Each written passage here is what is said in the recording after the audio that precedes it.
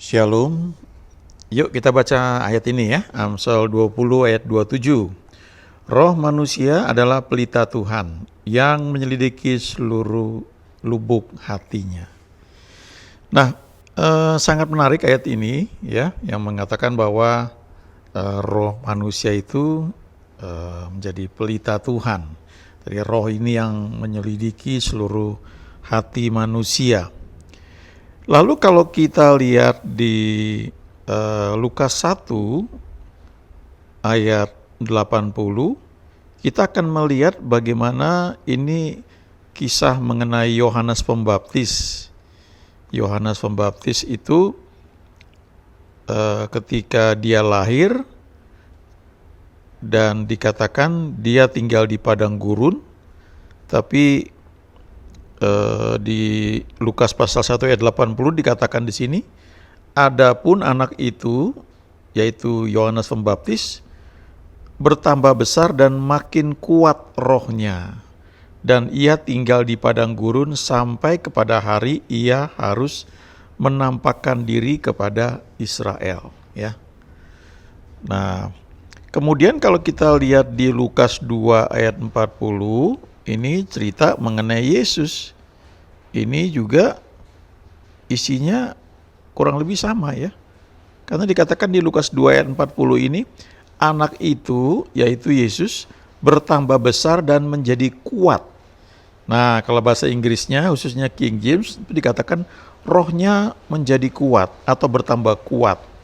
Penuh hikmat dan kasih karunia Allah atau favor ada padanya.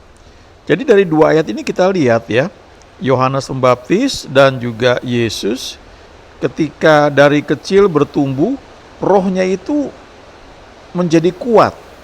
Nah, saya bisa artikan tuh menjadi dominan ya, karena Tuhan itu pakai roh manusia itu untuk dia bicara ya. Karena apalagi kalau kita sudah bicara konteks perjanjian baru, roh kita sudah lahir baru, maka roh ini yang sejalan dengan Roh Kudus ya, yang menjadi penurut. Sehingga apa yang dikatakan oleh Tuhan, kita menangkapnya lewat roh kita. Nah, bagi orang-orang yang sudah sangat bertumbuh ya dalam kerohanian, misalnya seperti Paulus, kalau kita baca di 1 Korintus ketika dia berbicara, memberikan nasihat kepada jemaat di Korintus, dia bisa bilang bahwa untuk hal ini Tuhan memberi perintah harus begini ya. Kemudian di bagian lain dia bilang, untuk yang ini bukan Tuhan tapi aku berpendapat harus begini ya. Nah, lalu dia bilang, tapi ini pendapatku, ini bukan Tuhan ya. Tapi aku juga berpendapat bahwa aku memiliki roh Allah ya. Coba ya kita lihat ya ayatnya. Misalnya di 1 Korintus 7 ya, ayat 10. Mungkin baiknya kita baca dari ayat 1 ya. Dan sekarang tentang hal-hal yang kamu tuliskan kepadaku adalah baik bagi laki-laki kalau ia tidak kawin. Tetapi mengingat bahaya percabulan, baiklah setiap laki-laki mempunyai istrinya sendiri dan setiap perempuan mempunyai suaminya sendiri ya. Lalu ada beberapa ayat ya, dia katakan, kemudian ayat ke-10 ya, kepada orang-orang yang telah kawin, bukan aku, tetapi Tuhan, perintahkan supaya seorang istri tidak boleh menceraikan suaminya. Nah, dia bisa bilang ya, ini Tuhan yang perintahkan nih, bukan aku ya. Lalu ayat 12, kepada orang-orang lain aku, bukan Tuhan, katakan kalau ada seorang saudara beristrikan seorang yang tidak beriman dan perempuan itu mau hidup bersama-sama dengan dia, janganlah saudara itu menceraikan dia. Jadi ini Paulus itu dia bisa bedakan yang mana Tuhan suruh, yang mana tuh pendapat dia.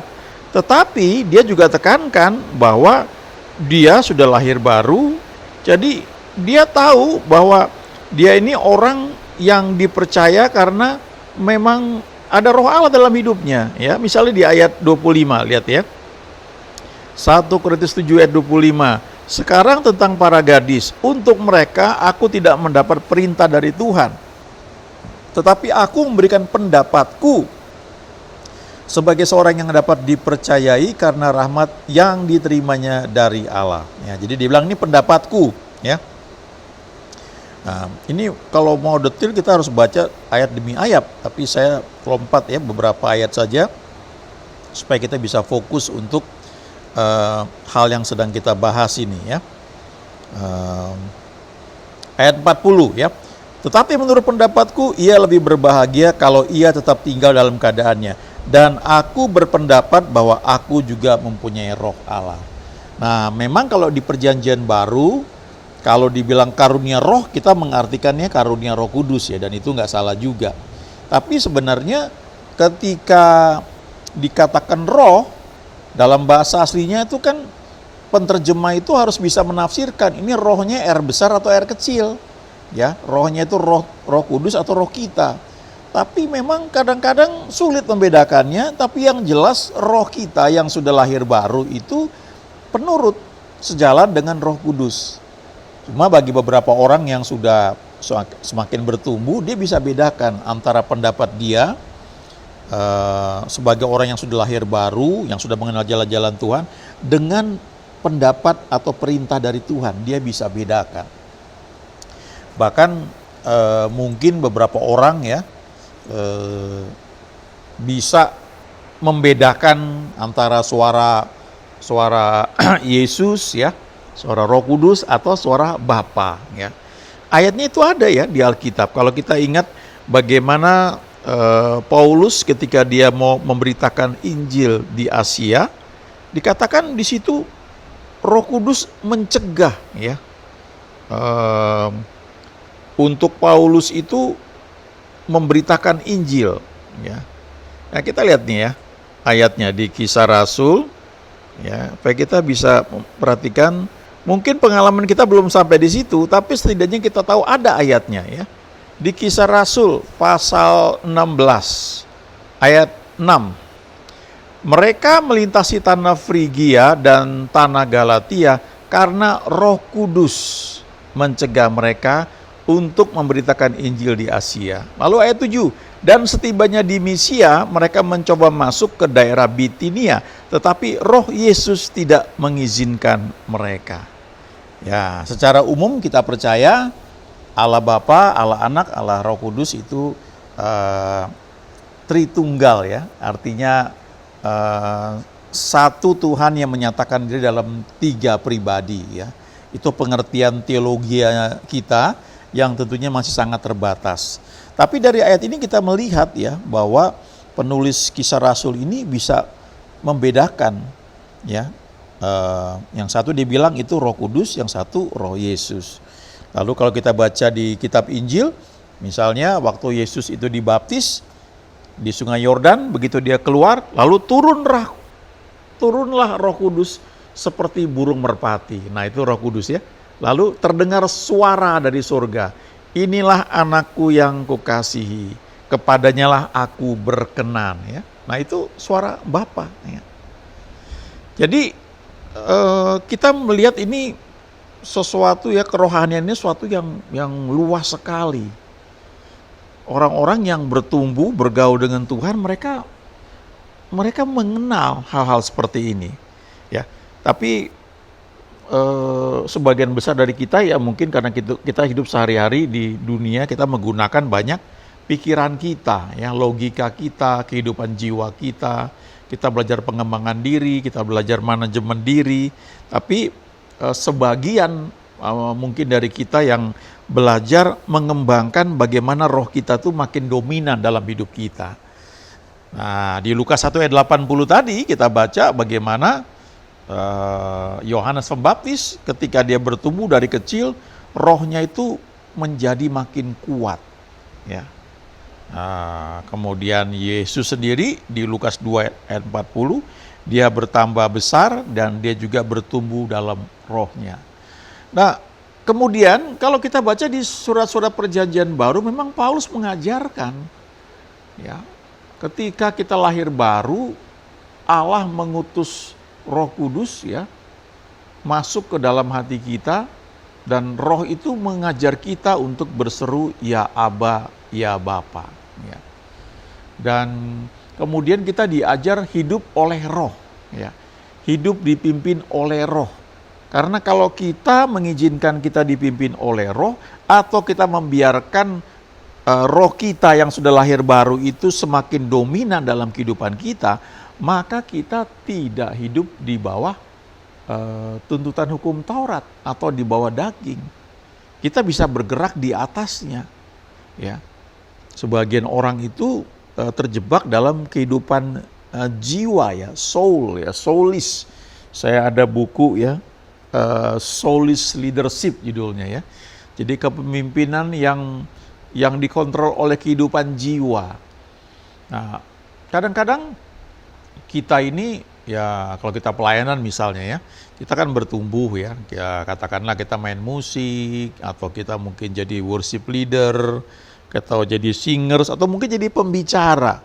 Nah, tanpa sadar kita itu sudah mulai seperti ada karir, ya, ada peningkatan, dan itu bukan hal yang salah, ya. Ketika zaman saya kuliah dulu, kita mulai dengan, ya, bisa main musik, main gitar. Habis itu kita mulai dipercayakan mungkin jadi dulu istilahnya bukan worship leader, ya, tapi MC dalam satu persekutuan, ya. Lalu kita meningkat jadi pembicara ketika kita memang sudah dianggap cukup dewasa dan bertumbuh di sana. Nah, bagi sebagian orang dianggap kalau dia sudah jadi pembicara, dia nggak mau main musik lagi karena itu kayak seperti itu bukan bagian saya lagi, gitu, ya. Satu ketika saya masih kuliah dan saya hadir di KKR di Bandung di Gor Saparua, dan saya lihat biasanya pembicara itu akan masuk, ya, ke ruang kebaktian. Itu kan gor, ya, gelanggang olahraga. Jadi kita duduknya tuh di atas, panggung tuh di bawah. Jadi kita bisa lihat itu. Kalau ada pembicara udah duduk, udah datang di depan, dia pakai jas, kita bisa tahu. Tapi kalau belum ada, ya, biasanya di ruangan khusus, ya, ditempatkan, ya. Nah, biasanya saya lihat pembicara tuh akan datang jam berapa begitu, ya. Tapi ketika sudah mau firman Tuhan, baru dia muncul, dia mungkin dari ruang doa sebelumnya. Satu ketika saya hadir di satu KKR, terus yang khotbah itu ada satu orang pendeta, ya, sudah meninggal, sudah almarhum sekarang, sudah bersama Tuhan, yaitu Pak Awon Datu, ya. Lalu saya dari atas saya cari, mana nih pembicaranya nih, nggak kelihatan gitu, ya. Sampai sudah puji-pujian, habis itu ada lagu persiapan untuk masuk ke firman Tuhan, lalu kok nggak kelihatan pembicaranya. Lalu begitu sudah selesai, WL-nya turun, baru kelihatan pembicaranya. Ternyata dari tadi beliau main musik, main drum kalau nggak salah, saya lupa, ya. Kan dia bisa main saksofon juga, ya. Main drum atau main gitar, saya lupa lah. Nah, saya itu mengagetkan, karena saya pikir, wah, ini pembicara, dia main musik dulu, luar biasa gitu. Nah, itu saat itu jujur itu agak merubah paradigma saya yang terbentuk sebelumnya, bahwa kalau sudah jadi pembicara ya jangan turun lagi gitu, jadi main musik dan sebagainya. Tapi begini maksudnya, dalam kehidupan kita itu ketika kita ini bahkan kita melayani, tanpa sadar itu kadang-kadang ada kehidupan jiwa, ya, yang nempel, ya. Jadi kita tuh seringkali merasa menjadi somebody, ya. Bahkan saya pernah dengar seorang hamba Tuhan itu pernah yang ceritanya orang lain, ya. Ketika dia dijemput di satu kota, ya, untuk KKR, dia sempat komplain, masa saya dijemput dengan mobil merek ini gitu. Jadi mungkin dia merasa dia sudah menjadi hebat sekali, ya. Jadi harusnya dia jemput dengan mobil yang lebih mewah gitu, ya. Itu kan menunjukkan sepertinya tingkat popularitasnya tuh udah tinggi lah, ya. Bahkan saya juga dengar ada hamba Tuhan dari Amerika, ya. Dia khotbah di Afrika, ya. Lalu itu kan rangkaian acara besar, ya. Jadi ada KKR selama seminggu kalau nggak salah. Kemudian ada sesi-sesi pengajaran. Dan dia ceritakan bahwa pembicara yang utama, yang paling top itu dijemput sama mobil yang wah mewah banget itu. Lalu yang kurang top mobilnya juga, ya, menyesuaikan gitu. Jadi lucu juga, ya. Nah, saya pikir itu, saya nggak bilang itu selalu salah ya, tapi karena itu kan ekspresi orang mungkin untuk memberikan yang terbaik, tapi juga ada keterbatasan ya, jadi mau nggak mau harus dipilah-pilah. Tapi kalau kita dalam posisi yang diperlakukan seperti itu sebenarnya ujian ya buat kita ya. Karena mungkin tanpa sadar walaupun kita melayani, kita tidak hidup dalam tuntunan roh ya. Bukan roh itu yang menguasai kita, tapi kehidupan jiwa kita. Sehingga ada pride tertentu ya, kita bisa jadi mudah tersinggung ya. Padahal Tuhan Yesus mengajarkan kalau kamu semakin naik, kamu harus semakin merendah ya. Kamu harus dikatakan barang siapa yang terbesar di antara kamu, hendaklah ia menjadi pelayanmu. Ya. Ini bertentangan sekali dengan apa yang berlaku di kalangan umum ya di dunia. Kalau kamu makin naik, makin tinggi, maka kamu makin dilayani oleh banyak orang. Sehingga kayaknya ya kamu di posisi yang tinggi lah ya. Saya pikir itu kalau kita memperlakukan seorang ya sebagai respect kita itu bagus ya, itu nggak salah. Nah masalahnya adalah ketika kita diperlakukan begitu, nah itu ujian ya buat kita. Kadang-kadang misalnya begini ya, kalau kita hadir di satu undangan pelayanan, Paulus berkata, makanlah apa yang dihidangkan kepada kamu ya, jangan macam-macam ya minta, kecuali memang kamu nggak bisa makan makanan tertentu ya, tentu kamu kasih tahu supaya jangan jadi masalah. Tapi ada kadang-kadang mungkin hamba Tuhan dia mungkin nggak sadar bahwa ketika dia diundang ke sana sudah dapat fasilitas ya, sudah diantar jemput ya, mungkin dia harus naik pesawat atau mungkin naik kereta lalu dijemput sama panitia lokal, dia antar nginep di hotel, kemudian makan pagi disediakan di hotel, nanti makan siang dijemput sama panitia, malam juga seperti itu ya, selesai pelayanan. Nah kadang-kadang ada yang agak manja mungkin gitu ya, saya pengen makan ini dong gitu. Jadi kasihan juga sih panitia lokalnya. Nah kalau kita sebagai host ya, tuan rumah, tentu kita ingin beri yang terbaik. Tapi kalau kita menjadi tamu yang diundang, coba ya, di Amsal dikatakan tahan nafsumu ya. Kalau kamu diundang makan bersama dengan pembesar ya, taruh pisau di lehermu kalau besar nafsumu. Artinya jangan kita ini aji mumpung gitu ya. Mumpung kita dilayani, kita minta macam-macam ya. Dan mungkin kita nggak sadar itu bisa jadi merepotkan panitia lokal ya. Belum kalau pelayanan itu mungkin dengan susah payah mereka mengumpulkan dana untuk bisa mengundang kita ya.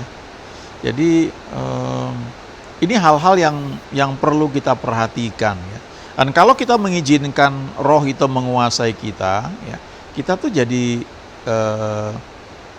tidak menuruti keinginan daging ya. Sekali lagi nggak salah ya kalau kita mungkin ada kesulitan ya. Kayak satu ketika saya pelayanan di satu daerah, dan di daerah itu sangat terkenal dengan makanan khasnya ya. Saya nggak suka ya terus terang makanan itu, karena nggak nyaman ya. Jadi dia cerita betapa enak, dia suruh coba ya, saya makan yang lain. Akhirnya sepaksa saya bilang, saya nggak makan Pak.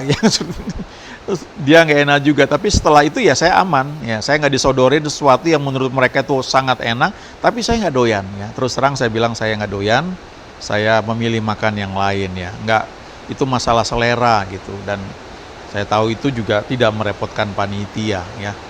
Nah hal-hal seperti ini yang saya pikir baik Yohanes Pembaptis maupun Yesus itu dipersiapkan ya sebelum mulai melayani. Yaitu rohnya makin bertambah kuat, makin dominan. Dari sejak kecil itu rohnya itu mulai menguasai kehidupan mereka. Dan Paulus katakan di Galatia 5:16, hiduplah oleh roh, maka kamu tidak akan menuruti keinginan daging. Ada banyak hal yang Tuhan sediakan bagi kita, itu ada dalam roh kita yang sudah lahir baru. Mari izinkan Tuhan mengajar kita. Haleluya. Amin.